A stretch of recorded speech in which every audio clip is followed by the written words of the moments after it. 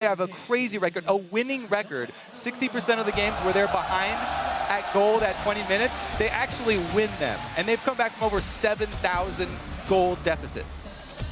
So here we go, pick and bans underway. Samsung Blue starting out as the blue team, of course, coming into this one. We've already highlighted whether they're going to keep up their bans. Throughout the groups, they focus on a Zilean and Alistar ban. There's the Alistar. Zed, of course, focused towards high. Yasuo, no surprises there for Dade. So I've noticed a couple of trends here in Blue's game and in their pick and bans. They've banned Alistar and Zilean every single game that it wasn't banned against them. There was one game where it was banned against them. So I feel like that does open up more opportunity for the red side for Cloud9, because they have had a problem in the mid lane champion pool specifically. It's going to be an interesting one. These last couple of bans taking a little bit of time. Final ban out will, in fact, be Maokai here. Funnily enough, Acorn's most played champion. 3 games, 3 wins. No Zilean ban up until now either.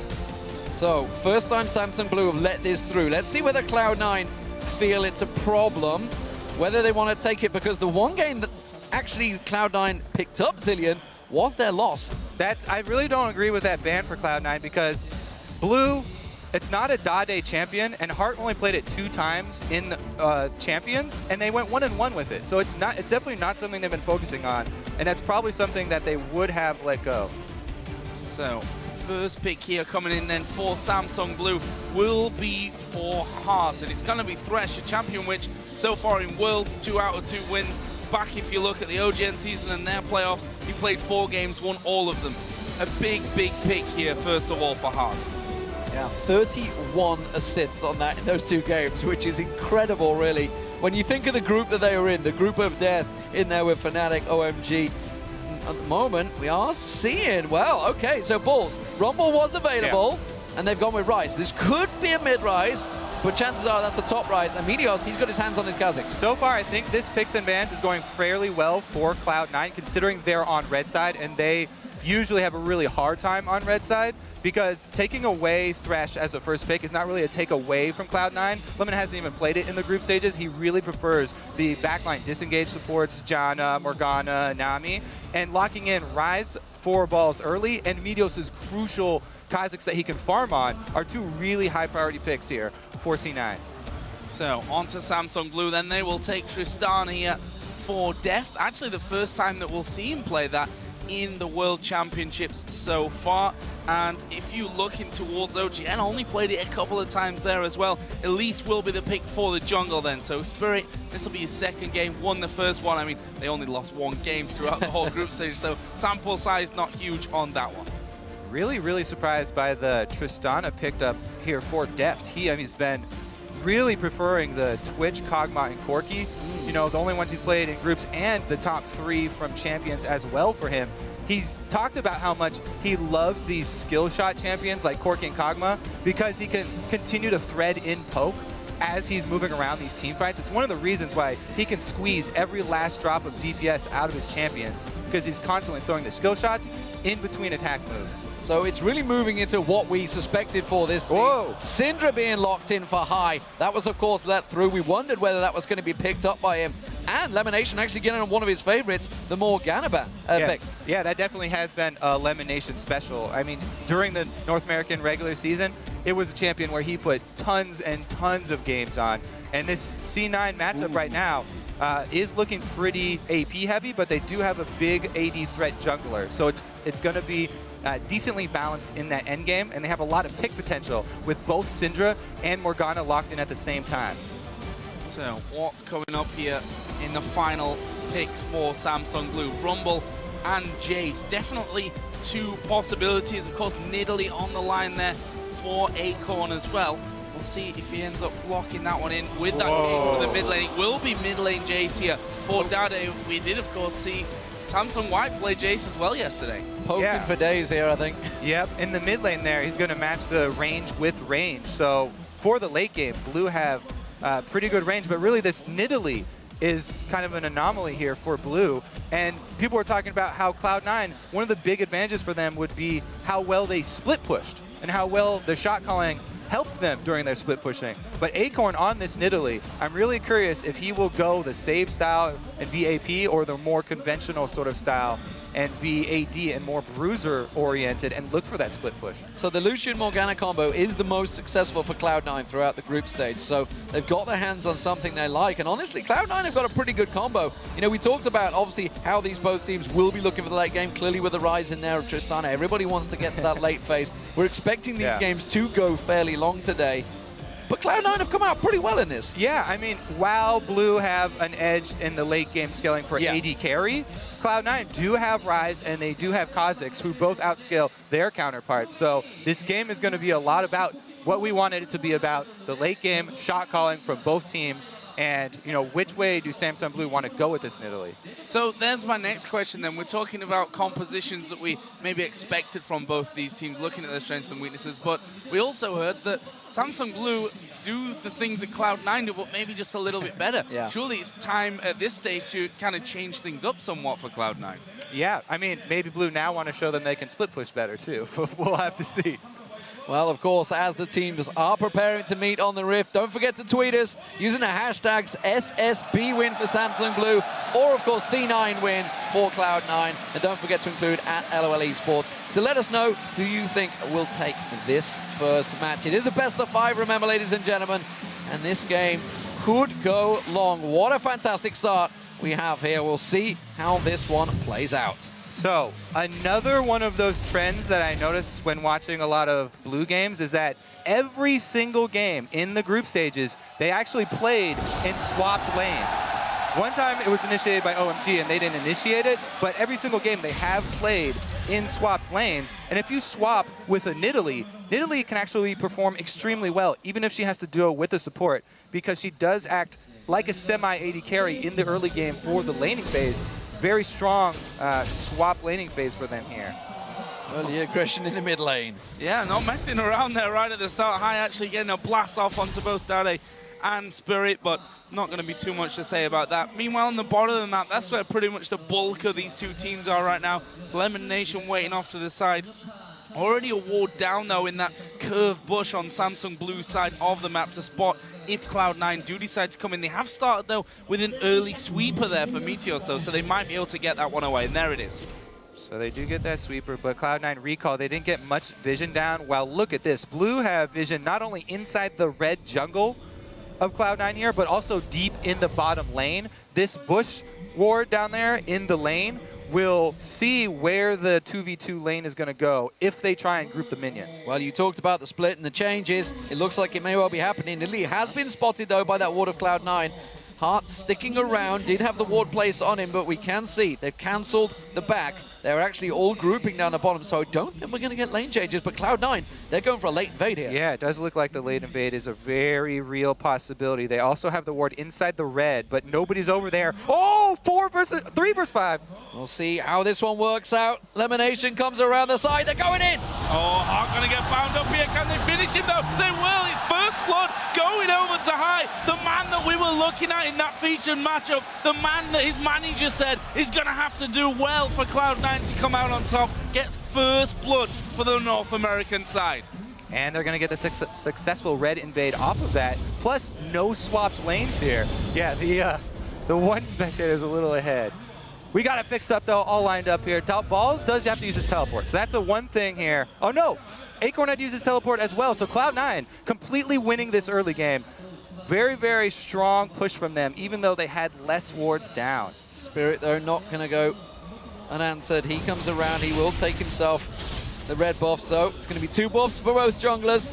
Starting out well, of course, that kill, that's the important thing. Going too high. We'll see when he goes back how he spends that gold, but getting a start early on, it's exactly what Jack talked about in that interview. Build high up. Oh, a lot of aggression on this top side already. Acorn not messing around here, and Ball's going to go pretty low. He dodges that spear, though, and pretty crucial to him being able to stay in that lane for now. Obviously, does have pots to work his way through. We'll see how this one all works out with Nidalee having that heal, of course. Could be a problem for Balls as they once again go aggressive on one another. There's a pounce in. He's got the minions. Flash from Acorn. That trinket ward inside the lane bush from Balls was brilliant. Good thing he had that thing back up. allowed him to win the trade. And we also want to point out that Nidalee is AP with the Doran's Ring. Spirit's gank not going to work out for them, and Ball's got vision on him. So all around, very, very good start here for Cloud9. Now Meteos also has the opportunity, since he saw Spirit up top, to go for some jungle invades and see what he can take away from this blue team. Yeah, Spirit still spending a lot of time up there as well. And Meteos, like you said, coming in, gonna take away that. Oh, Spear landed on Balls, but Balls is at full health now. Up level 3, he's gonna get himself a big wave. So Samsung Blue, this is not working out for him. Both of them, standing on top of that ward. Balls is well aware of this. The thing is, he's got to know there's a ward in there, because Balls placed that ward while he was fighting with Acorn. This is just a completely hilarious the minions went up. That gave it away. There we go. You gotta wonder, I mean, that's clearly big nerves between them. Meteos, he's going in for Deft on the bottom. Deft's at half HP as well, the damage is there. They're gonna switch over to Black comes out, the binding misses, but it doesn't matter. Sneaky's gonna pick up kill number 2 for Cloud9. So a great aggressive early start from Cloud9, but remember what we talked about in the beginning of this game. The stats for comebacks for Blue, they are used to playing from behind, and now they're going to be in that position again. So Cloud9 will see if they can hold up and execute a game on the world stage, or if Blue are going to be able to claw their way back in late. There is a massive difference building in that bottom lane. Sneaky way ahead right now of Deft, of course, just being forced out of the lane. Also got forced back as well. Has come back without buying, so he's still only at half health down that bottom lane. But we see Sneaky has gone back, got himself the pickaxe early on along with the longsword. And there is, that ongoing debate between on the analyst desk of DoubleF and Kreppel about the Lucian and Tristana matchup.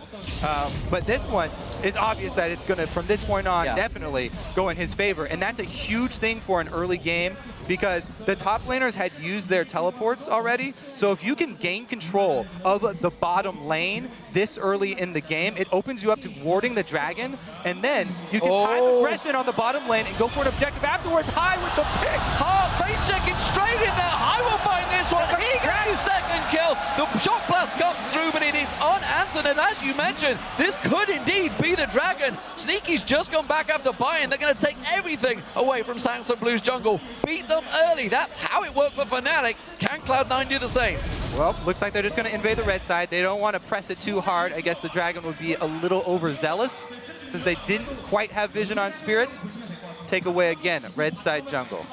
Spirit himself actually was on the top side of the map, and he's going to come around the back of Bjergsen.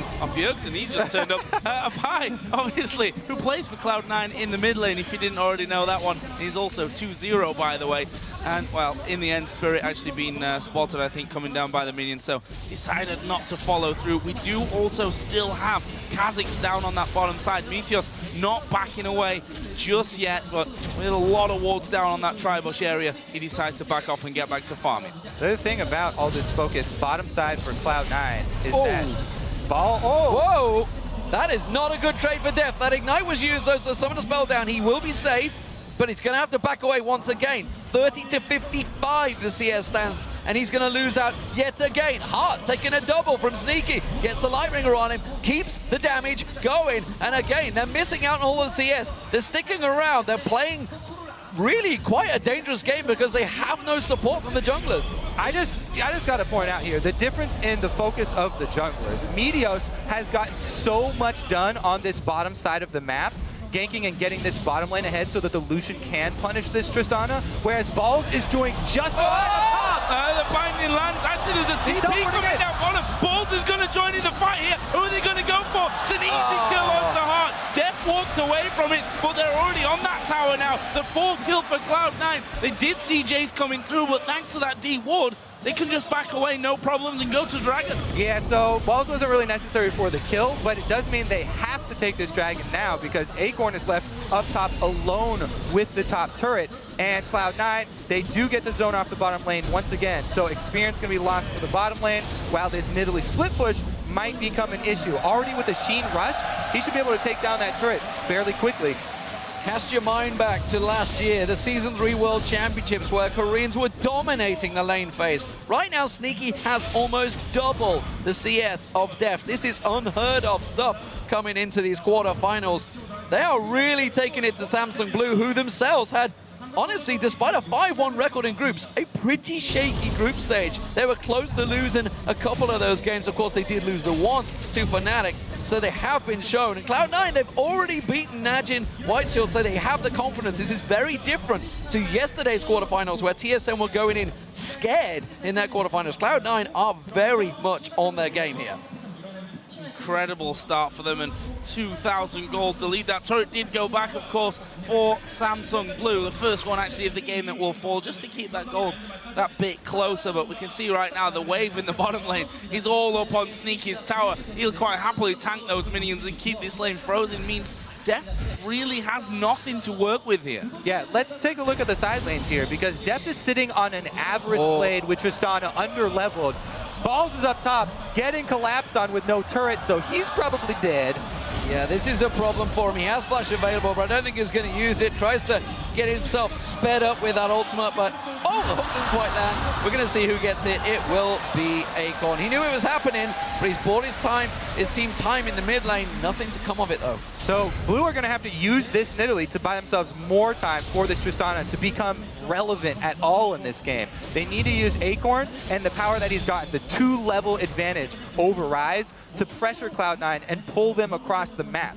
That's what they're going to try and do here, but Cloud9, they continue to focus bottom, and they're going to keep Deft down. This could be very dangerous. Support and jungler waiting off to the side. There was a ping from Samsung Blue inside of their own jungle, despite not having much vision of that one. They will use that. Yeah, a flash early on then from Heart. And they obviously thought they were in there, didn't know exactly how many or who exactly was in there, so deciding to take the safe route out, but that leaves him open. It means they definitely can't defend this turret. Sneaky gonna throw the entire culling down. All of it pretty much hitting Deft there. He's gonna take the tower, and now Cloud9 closing in.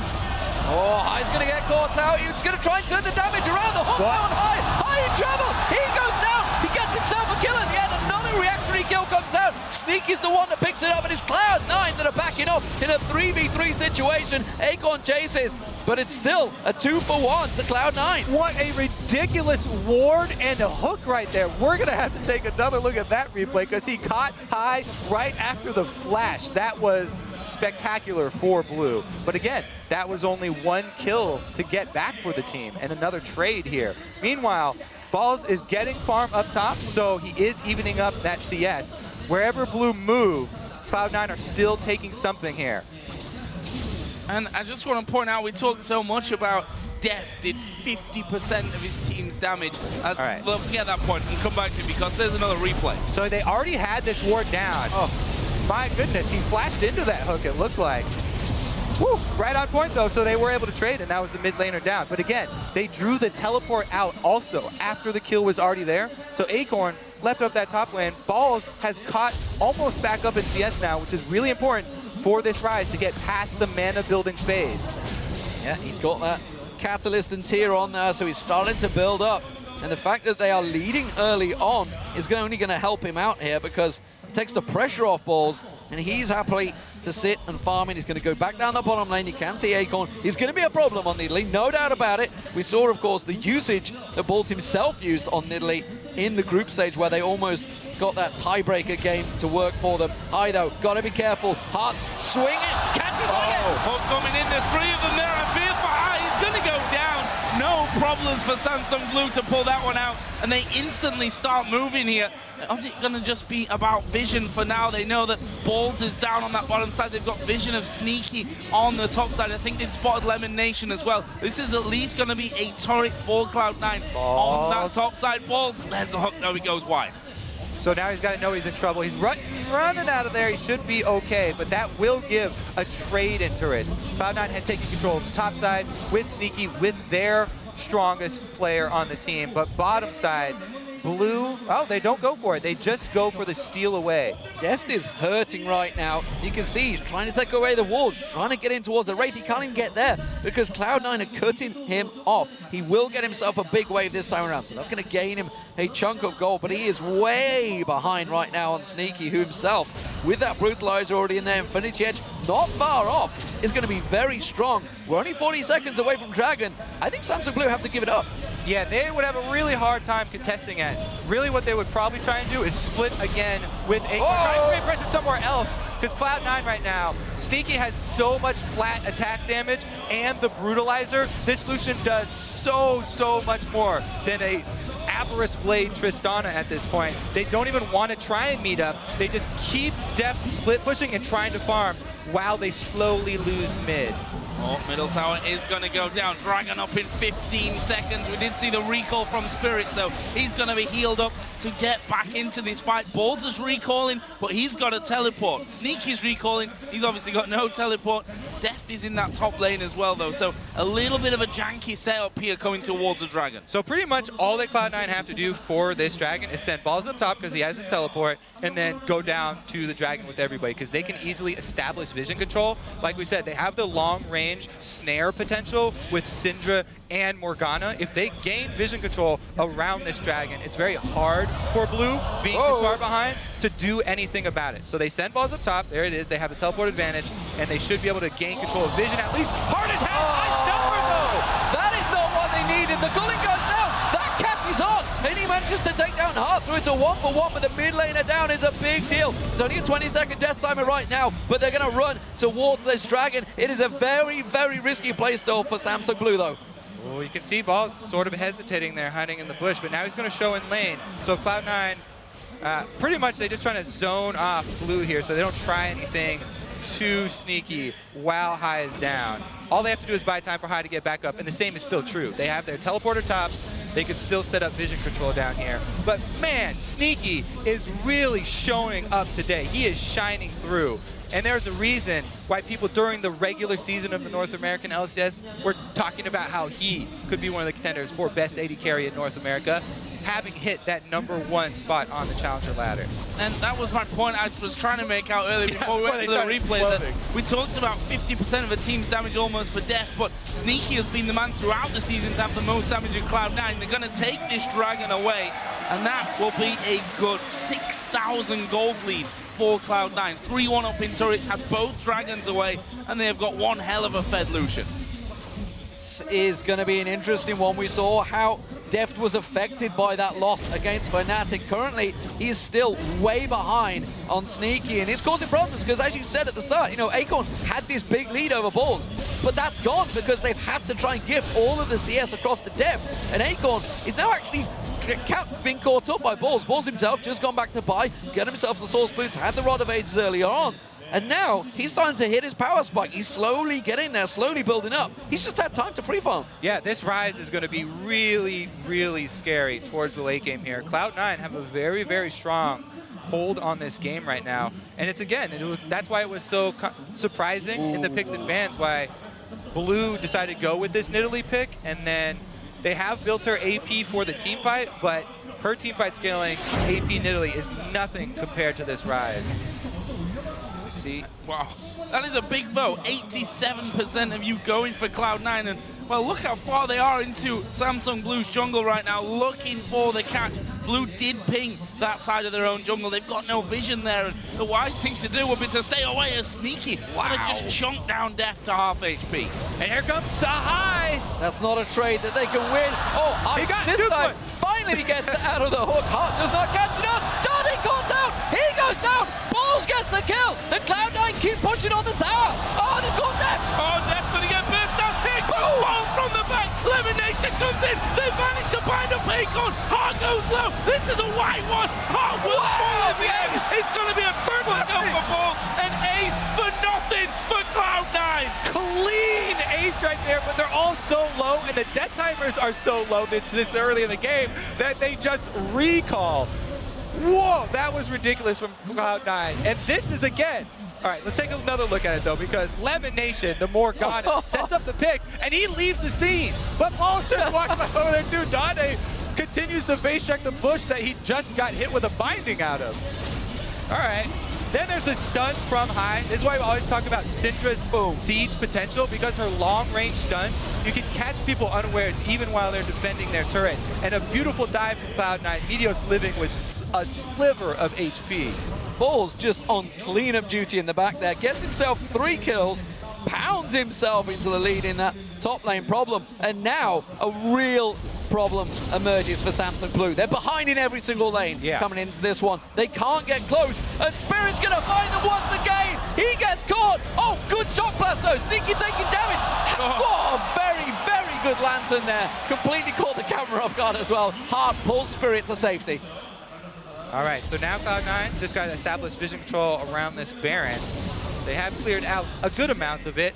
Sneaky little Deft down here in the bottom is getting CS while this happens, though.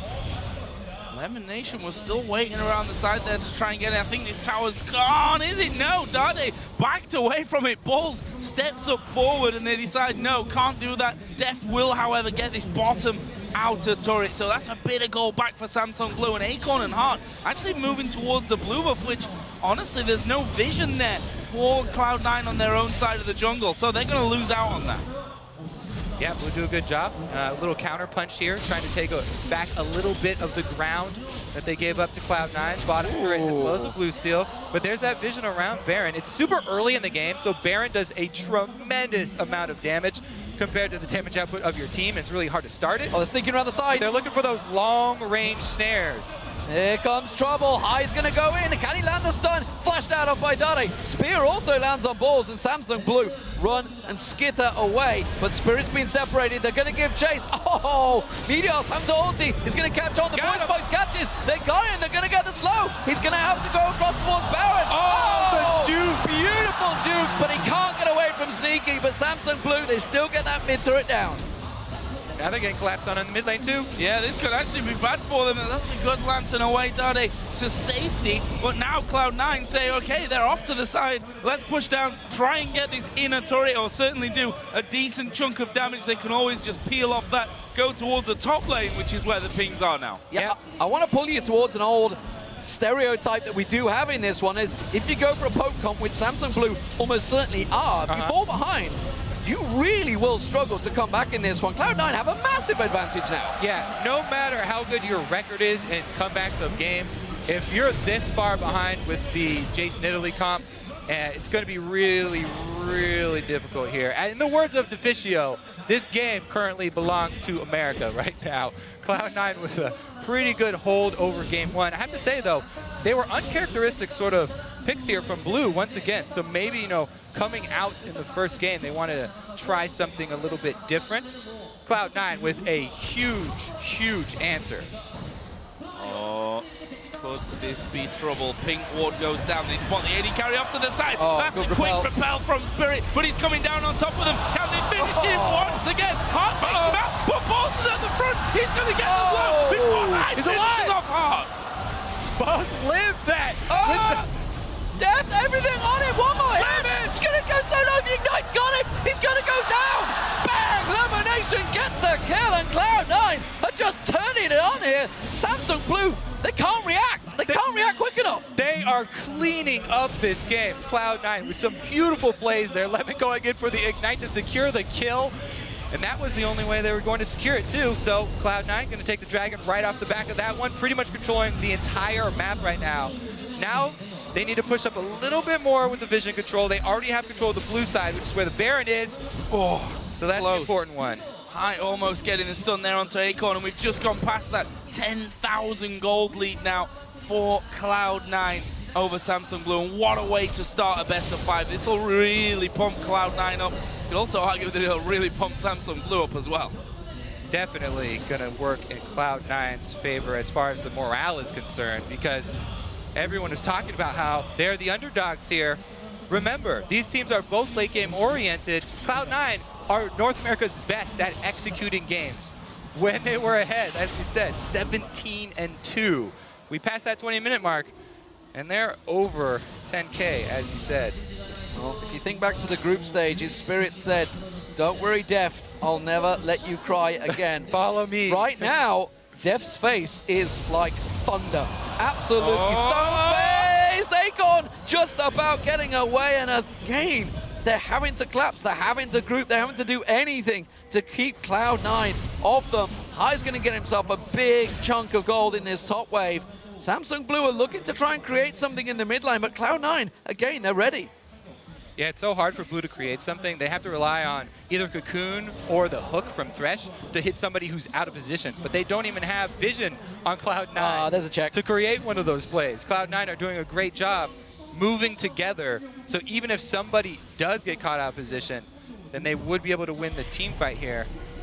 The massive amount of item advantage that they've accrued. So that ward there next to Baron, pretty crucial, Yeah, I'd say. that's a good you one. know, just outside, they see that Cloud9 aren't doing it, so they're never going to face check through the first pushes towards that Baron area. That, however, was a good shock blast. And I think Spear combo, both of them hitting there to bring Lemon Nation down to basically no health, which gives Samsung Blue now a bit of respite and may allow them to get back over towards the Baron area, clear out a lot of these wards that were put down by Cloud9 on that last little hold. Cloud9 have got to be careful they don't get drawn into trying to bait out this Baron for too long here, because it's going to get let Samsung Blue slowly in. You can see those spears, they're going to get stronger and stronger. You can already see Death Cap nearly completed now, so he's starting to build up his power. And of course that poke will hurt. They keep on drawing in towards it. Samsung Blue are not being drawn into this fight. They will not go near that Baron area. And like you said, that one single ward is paying them dividends right now. Yeah, and it's very smart for Blue not to overextend at all, because if they ever try and check into Fog of War versus Cloud9 team again, the bindings and the Cinder Stun would be certain death.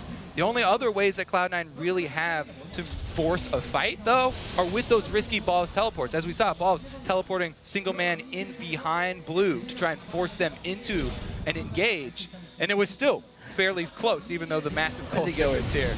Oh, nice. The Golem gonna help him CS. That's always nice. Bit of backup for high, thanks to that blue buff down on the bottom side of the map. We did see that ward again being put down by Samsung Blue outside or just around the corner from Cloud9's pink ward, which means they can keep a vision on that area. And actually, they are going to go in there and clear out that pink ward. So they've actually got more wards down in that area of the map. One inside, one outside now, meaning 2 pink wards or scans going to have to be used by Cloud9 to actually get control of that. Slowly but surely, Cloud9's pressure in this game is starting to wane a little. Yeah, Cloud9 only have 1 pink ward down and none in inventory right now. They do have all sweepers off of cooldown, though. So when they do get everybody back to purchase wards and then take control of this Baron area, they can sweep it out. They are slowly losing control. Every time they wait, every time they dance around, they keep getting caught out. High goes in, they catch on towards Spirit. Oh, the Colin! Isn't enough? One more shot from the Colin. Gets himself the kill. Has that opened up anything for Cloud9? Can they try and make this count with the top laner down? Amazing Collins time after time here from Sneaky. The almost max range final couple of bullets that come out of that, securing him his 7th kill of the game. 7-0-3 now. They're going to start off the Baron. There are 2 wards that have got vision here, though, for Samsung Blue, so they know this one's happening. Can Lemon Nation keep them away from this Baron long enough? They pull away. Risky stuff here. Cloud9 are low on hit points. The Balls is still getting hit by the Baron.